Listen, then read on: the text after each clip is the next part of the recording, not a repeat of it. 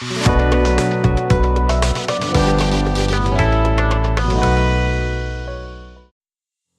this tutorial, I will show you how to allow users to browse your whole catalog on WhatsApp.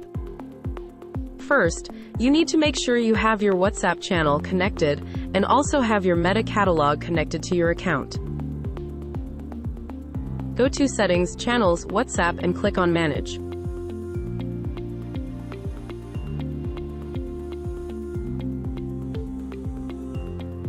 Navigate to E-commerce tab and enable the option that allows user to browse the whole catalog.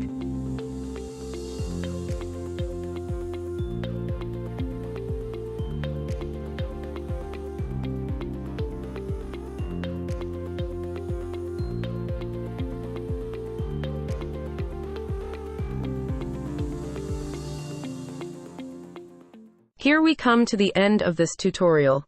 Thank you for watching.